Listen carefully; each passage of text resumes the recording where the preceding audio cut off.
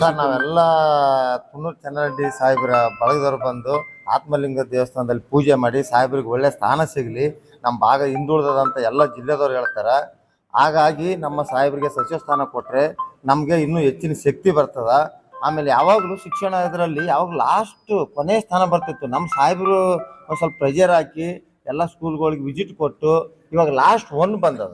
ಹಾಗಾಗಿ ಇನ್ನೊಂದು ಸ್ವಲ್ಪ ಸಚಿವ ಸ್ಥಾನ ಕೊಟ್ಟರೆ ಸ್ಥಳೀಯವಾಗಿ ಇಲ್ಲಿ ಕೆಲಸ ಕಾರ್ಯಗಳಾಗ್ತಾವ.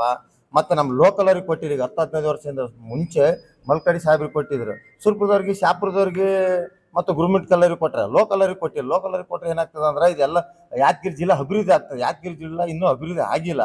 ಅವ್ರಿಗೆ ಕೊಟ್ಟರೆ ಒಳ್ಳೇದಾಗ್ತದ, ಇನ್ನೂ ಹೆಚ್ಚಿನ ಶಕ್ತಿ ಬರ್ತದ.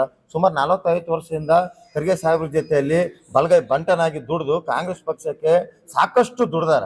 ಅವ್ರಿಗೆ ಕೊಟ್ರೆ ಇನ್ನಷ್ಟು ನಮ್ಮ ಯುವಕರಿಗೆ ಮತ್ತು ಇವ್ರಿಗೆಲ್ಲ ಶಕ್ತಿ ಬರ್ತದ, ಕೆಲಸ ಕಾರ್ಯಗಳಾಗ್ತದ. ಸಾಹೇಬ್ರಿಗೆ ದಯವಿಟ್ಟು ಸನ್ಮಾನ್ಯ ಶ್ರೀ ಮಲ್ಲಿಕಾರ್ಜುನ ಖರ್ಗೆ ಸಾಹೇಬ್ರಲ್ಲಿ, ಸಿದ್ದರಾಮಯ್ಯ ಸಾಹೇಬ್ರಲ್ಲಿ ಮತ್ತು ಭಾವಿ ಮುಖ್ಯಮಂತ್ರಿ ಡಿ ಕೆ ಶಿವಕುಮಾರ್ ಸಾಹೇಬ್ರಲ್ಲಿ ಕೇಳ್ಕೊಳ್ಳೋದೇನೆಂದರೆ, ನಮ್ಮ ಎಲ್ಲರೂ ಕಡೆಯಿಂದ ಸನ್ಮಾನ್ಯ ಶ್ರೀ ತುನ್ನೂರು ಚೆನ್ನರೆಡ್ಡಿ ಸಾಹೇಬರಿಗೆ ಸಚಿವ ಸ್ಥಾನ ಕೊಟ್ಟು ನಮ್ಮ ಭಾಗದ ಕಲ್ಯಾಣ ಕರ್ನಾಟಕ ಭಾಗಕ್ಕೆ ಇನ್ನೂ ಸ್ವಲ್ಪ ಶಕ್ತಿ ಬಂದಾಗ ಆಗ್ತದ.